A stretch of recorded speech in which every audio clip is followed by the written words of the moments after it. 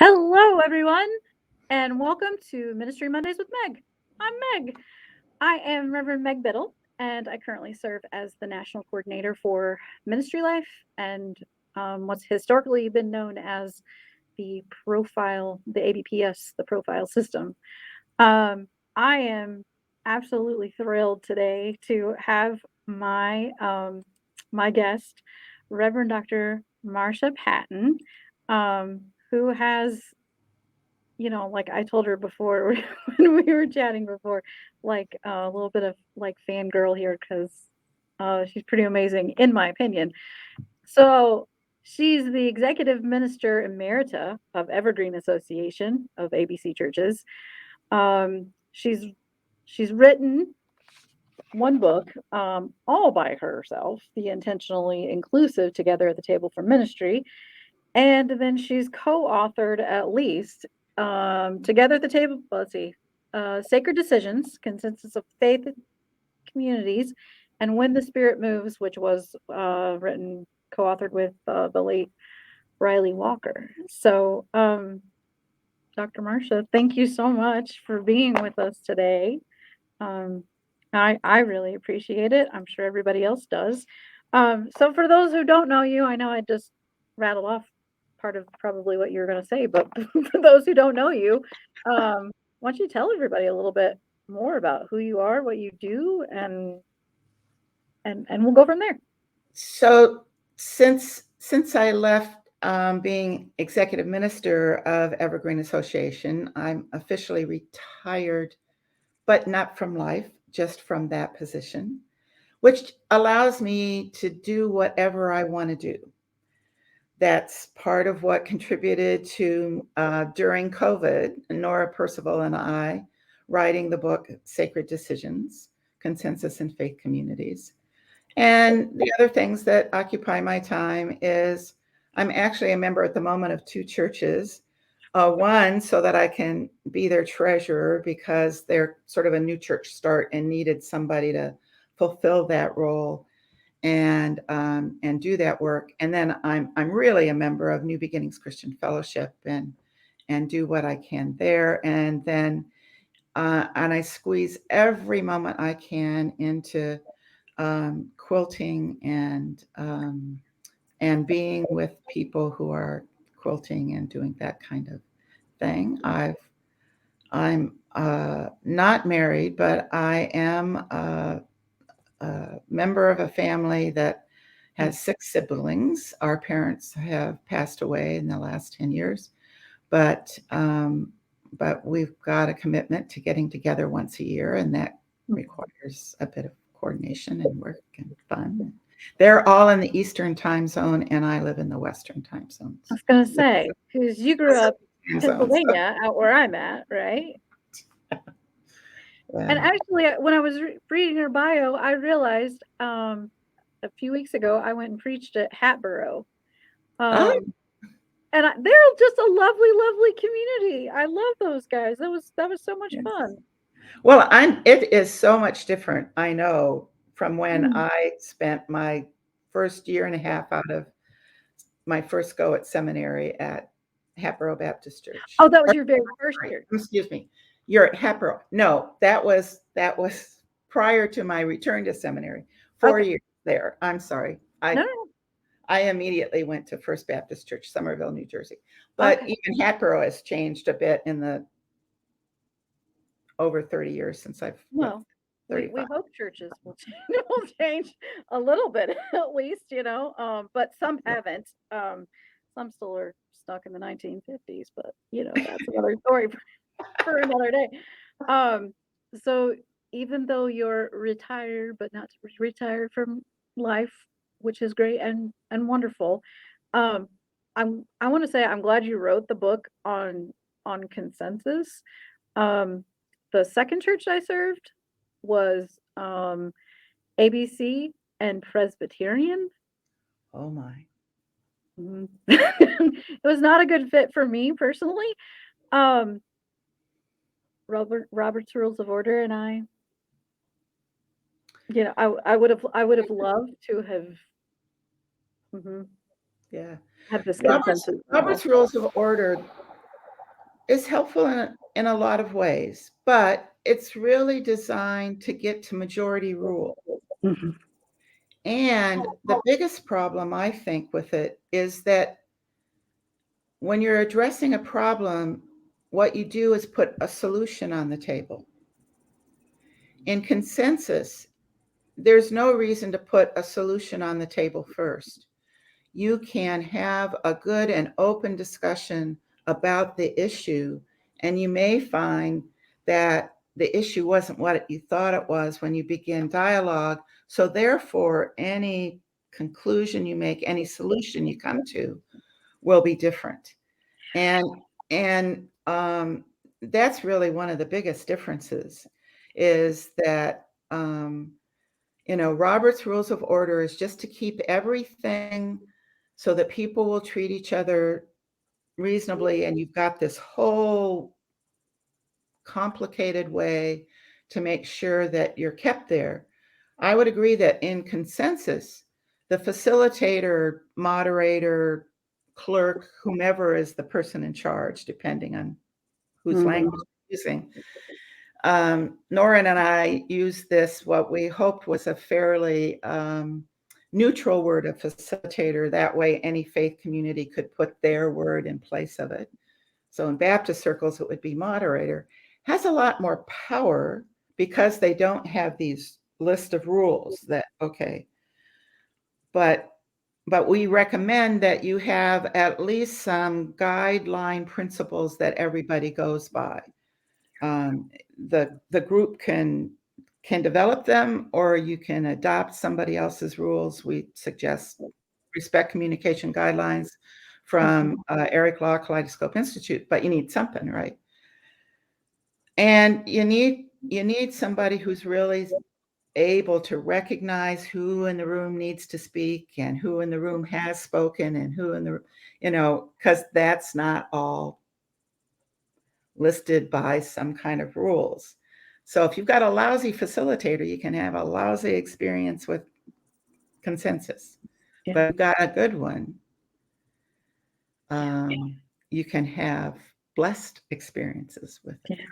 I could just see those so many ways where that would change, that would have changed, probably my experience serving as the pastor. So, I think if consensus isn't something folks are familiar, and maybe you just have dabbled, pick up the book and give it a read, because I've read it, and it's definitely worth the read, and I think it would be helpful to a lot of people. Yes. Yes. Amen. Yeah, I mean, you wrote it, so, but I just having been in situations, and like when you get started as a pastor, like you have a clue. It's the drinking from a fire hose kind of Well, thing. and especially in that part of the work of a pastor, right? Yeah. Seminaries have tried to offer in the past, I don't know if they do today, ones that I'm aware of don't spend any time on helping pastors lead meetings or talk about, how you manage the structure of the church and help the leadership of the church lead well, all of that administrivia. Mhm. People don't like to sign up for those kind of seminary classes.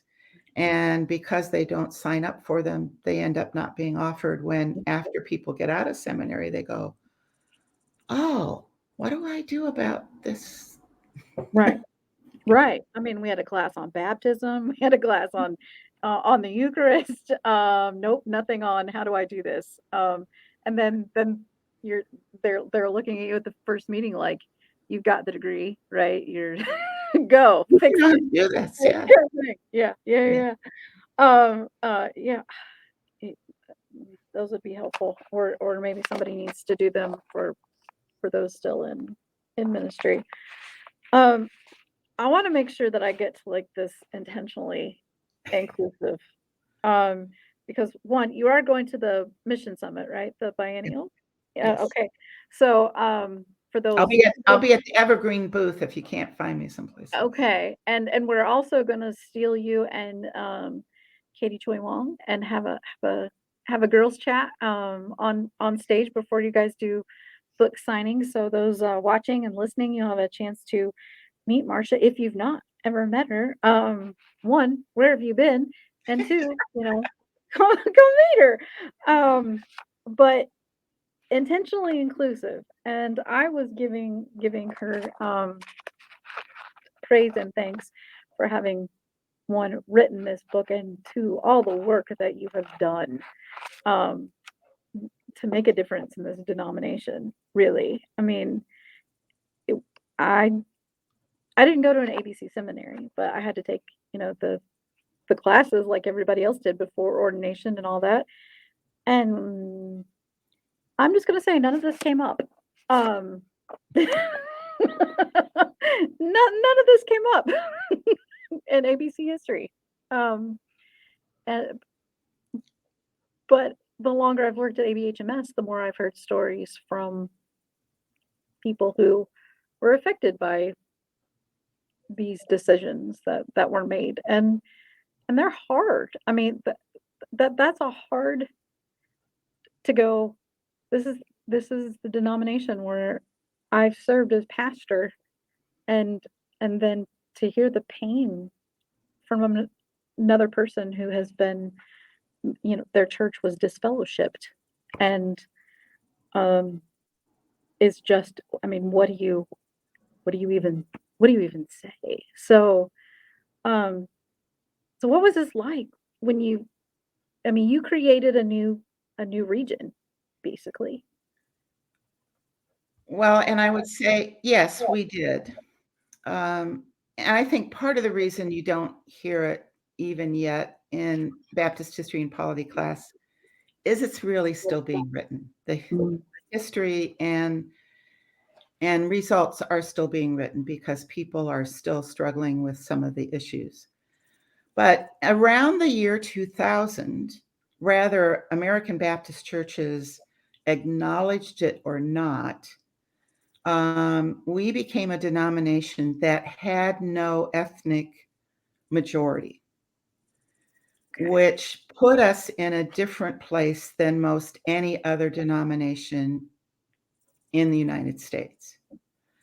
And that's just simply because of us welcoming a variety of other churches,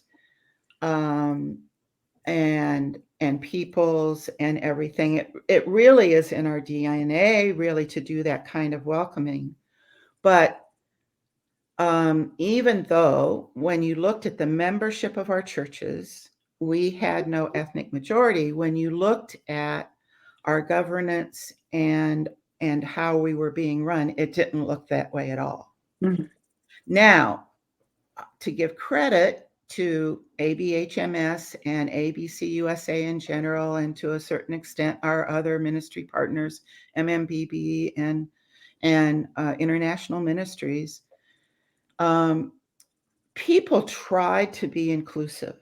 They would look at who was at the table, and they would invite people from the various ethnic caucuses, and try to make a decision-making table at least look a little like it should. But I likened it to a dinner table, right? And if you're invited to a dinner, right, you might ask the host beforehand, is there anything I need to bring? And if so, you bring that, and you sit down, and during the dinner you take part, and you are fully engaged. And at the end of the dinner, you thank your host, do anything that the host allows you to do in terms of cleanup and all of that. But you say thank you, and you leave, and you go home.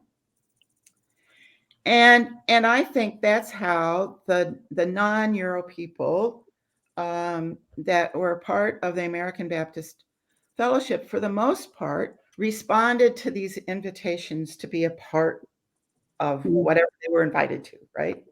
They came, they showed up, they fully participated, and when the show was over, they didn't feel any obligation because they'd been invited to just that. They didn't own the dining room table. They didn't own what was happening. They had no say in who was invited to the table. Nobody asked them those kinds of questions. Nobody asked them what kind of meals should be served, how to set the table, rather to set it with spoons and knives and forks, or with chopsticks, or not at all because our group eats with our hands. None of that was asked. It was just come and help us do whatever it was that we were doing. I think we were real consistent about making those invitations, but we weren't really consistent in saying, we want you to own what's happening. We want you to be so much a part of this that you care about everybody at the table, not just yourselves. And I knew that nobody had really talked about it, but it was my experience and in the back of my head. And the group American Baptist Churches of the Northwest, when they made the decision that there needed to be two regions, because the fact that there were two churches in the Seattle area that were welcoming and affirming was just too much for some of the other churches in the Northwest. So they decided to ask an American Baptist entity that was in the Seattle area, let those churches form a new region. So part of the good news was that it wasn't a group of churches that said, oh, you're going to disfellowship us, so we're going to start a new region. It was not that. It was a group of churches that included the two, but included a whole lot of other churches, some of whom weren't in the argument at all. All of the Black churches weren't in the argument at all. And said, you all form a new region. Now, there were a lot of people in ABC Northwest that thought Seattle Baptist Union would kick the two churches out. I was area minister, and that included Seattle Baptist Union at the time. And I could have told them, no, I don't think they will.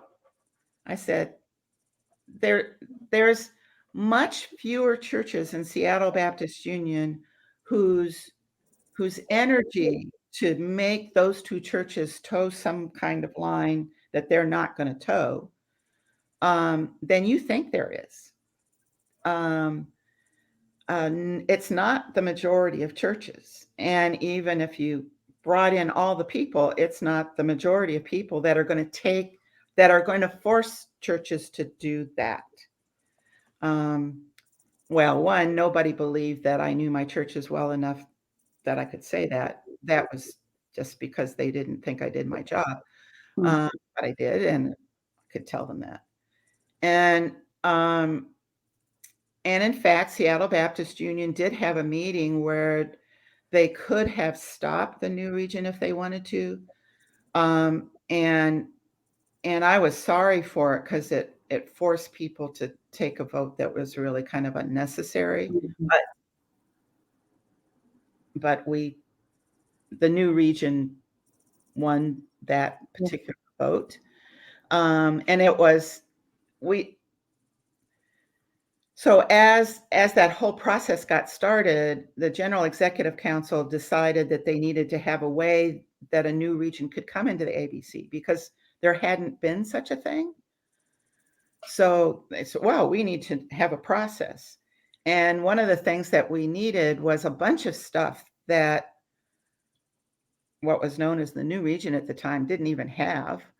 And so the question to Seattle Baptist Union was, can we use your name, your insurance, your bylaws, who you are temporarily until we get our act together? Because we needed to have those in order to say we are a new region.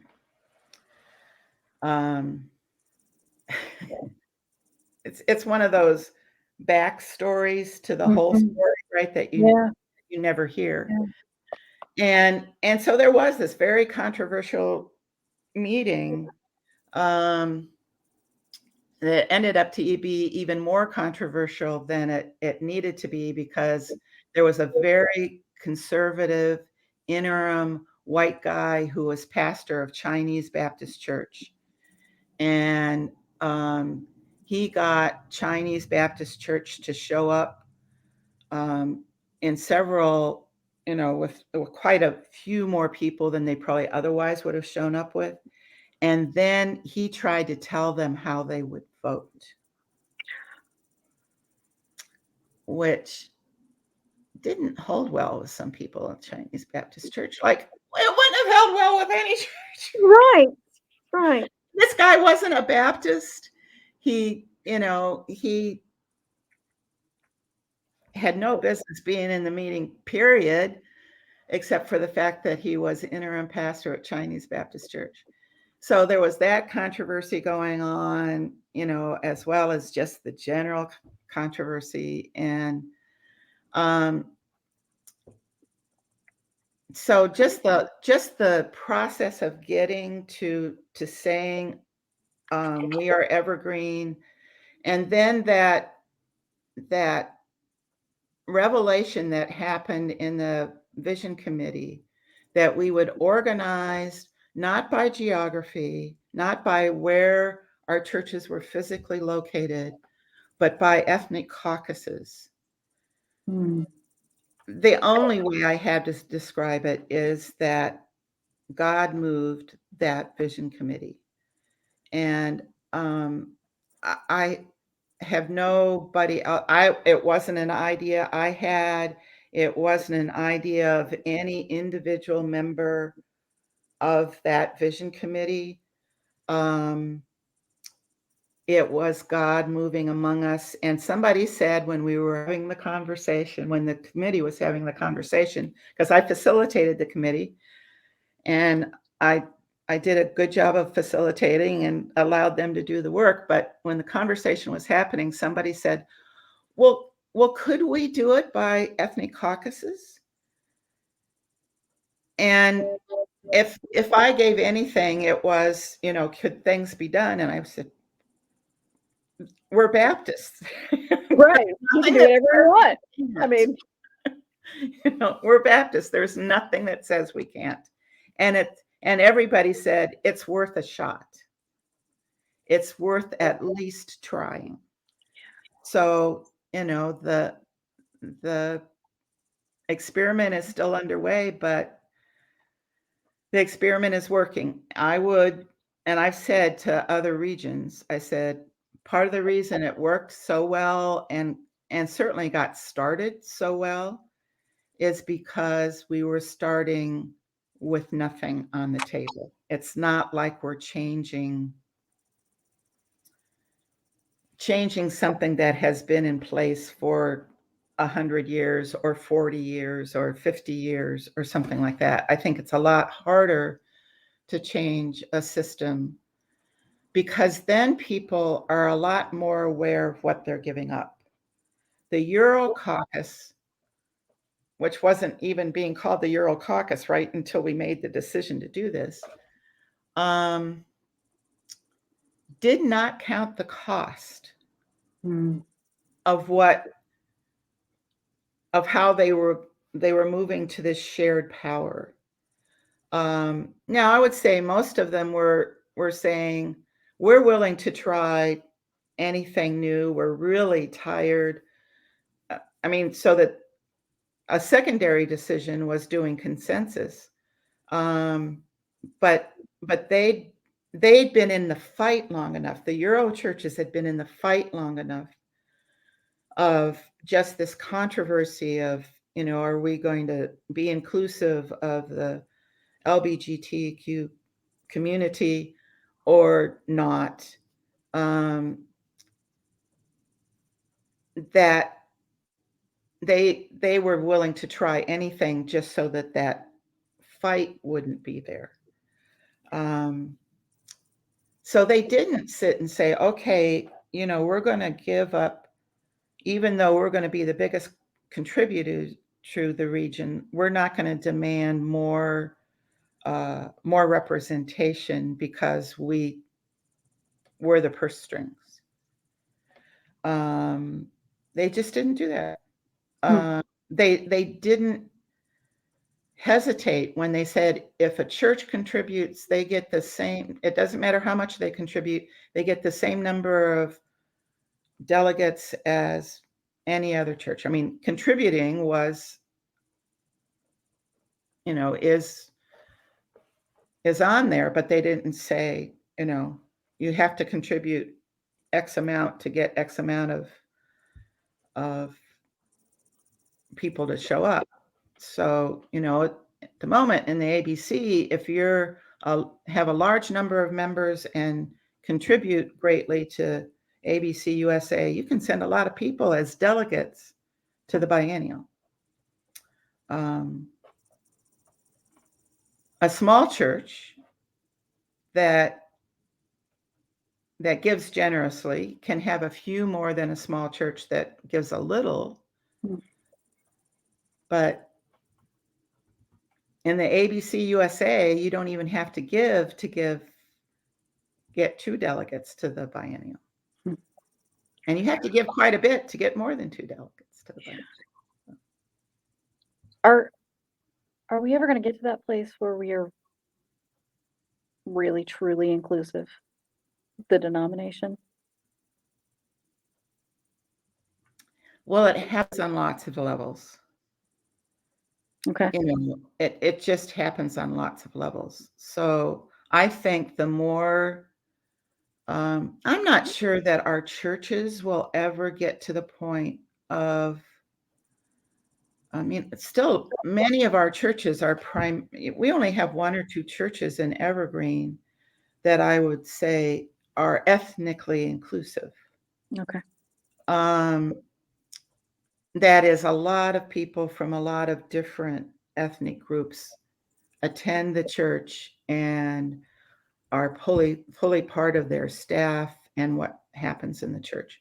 Most of our churches are dominated by one ethnic group. New Beginnings Christian Fellowship that I'm a member of is primarily African American. They're a fairly young church, and the pastor initially wanted them to be much more inclusive, but he grew up and the church was begun with primarily African American people. And they would have to make that an issue to say, okay, we are going to become that.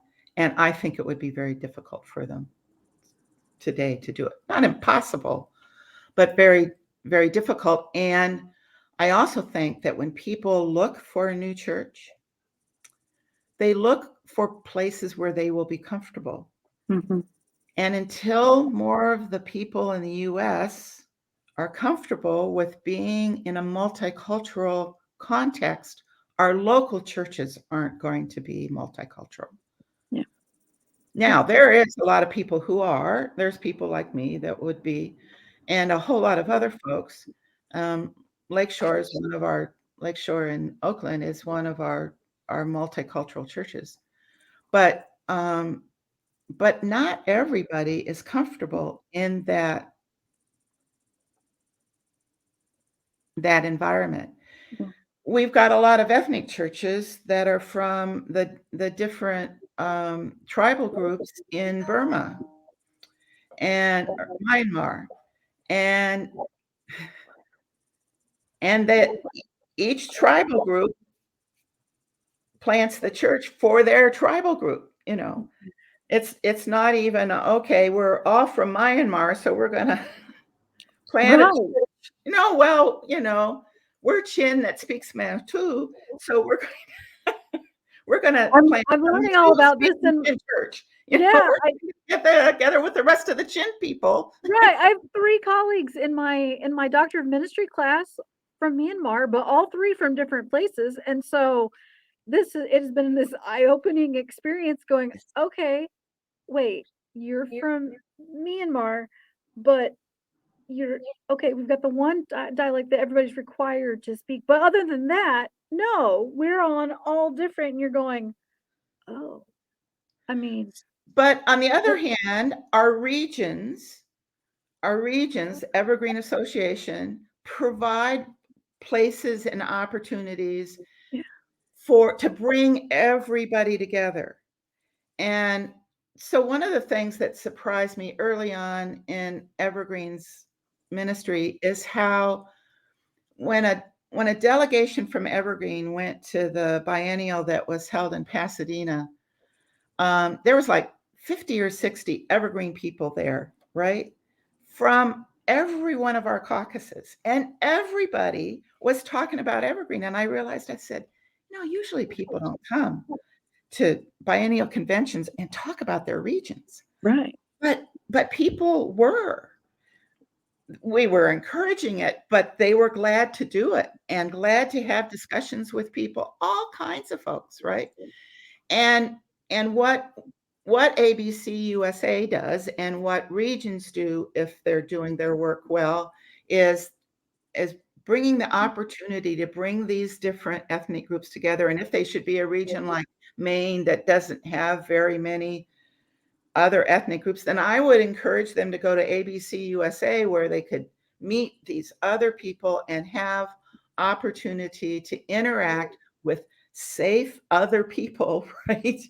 Because we're all Christian, we're all American Baptist. We all know we have our disagreements, but we at least have had a long practice of knowing how to disagree with civility and with Christian background and with a way that we don't have to put down the other.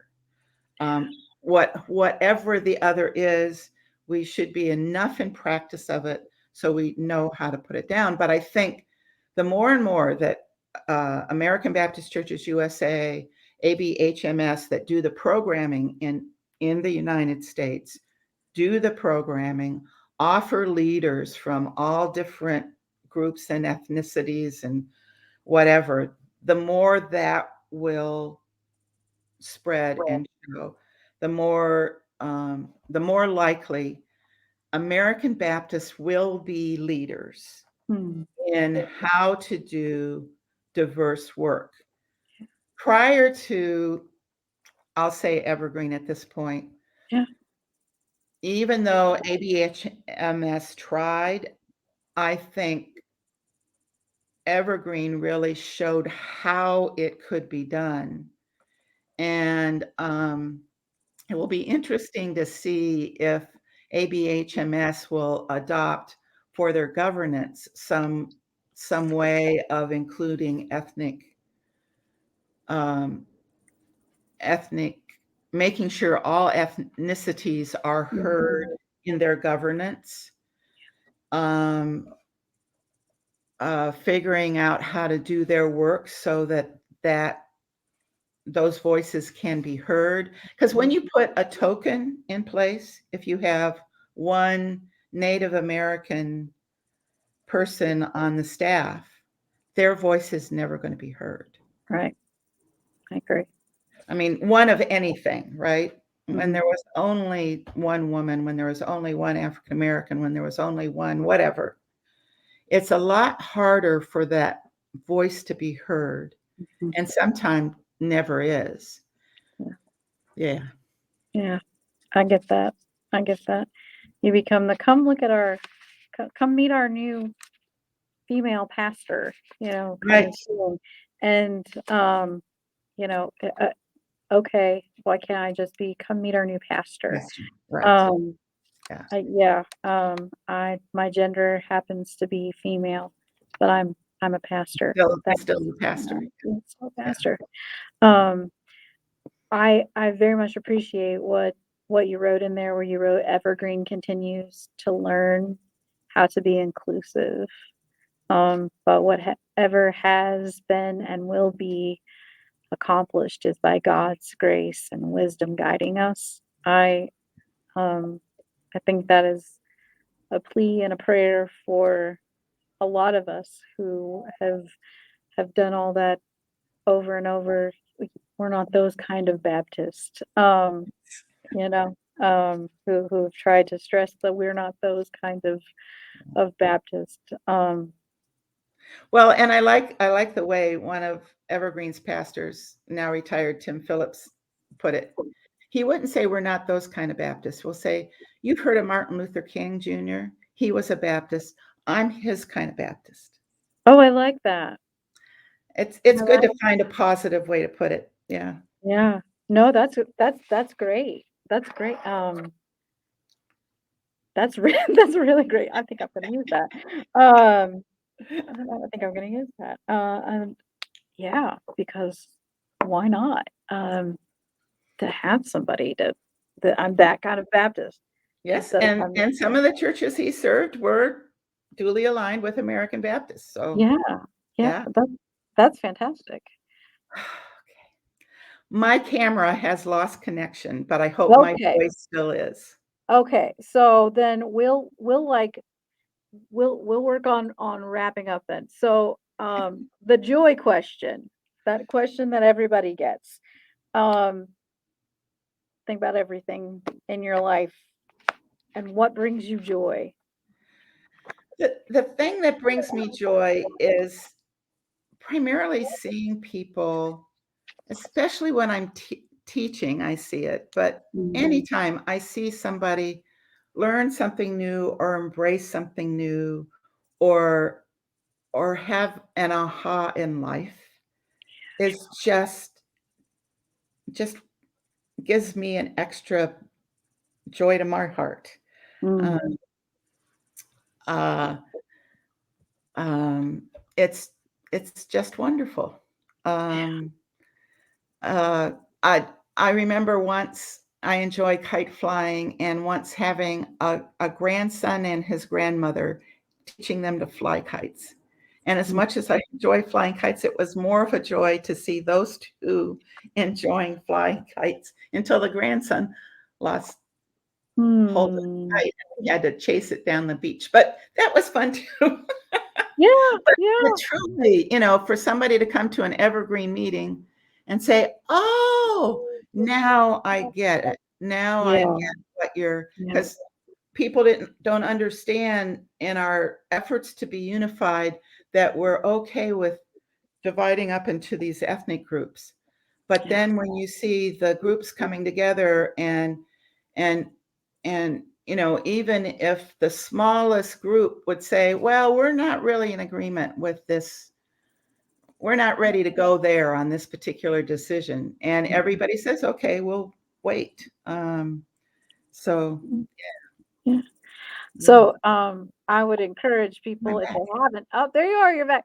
So I would encourage people if they haven't read it, pick pick up the books. Even I told Marcia before we began that when the Spirit moves, that one was given in my group at least, when we did orientation to AB life, and that was very helpful for me. Found it permission giving, even when it was time to, when the Spirit is moving and you're just not sure and it just helped me work through some things I needed to get to go, yeah. Um, it is time to move on. So I appreciate all the work that you have done, the sacrifices you have made, and I would encourage everyone to pick up these books. Come meet Marcia at the biennial if you're coming, and have her sign your books, and they're available at judsonpress.com. And I'm sure you can find them on Amazon as well, but they're available on Judson Press. Um, and I know that we'll have some with us at the biennial as well. Um, for those listening, um, we thank you for listening as well.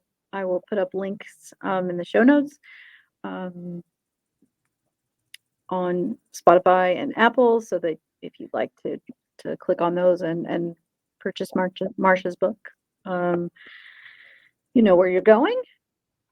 And I am just, again, Marcia, I'm just so grateful for you and your ministry and all that you've done. And I look forward to meeting you in person.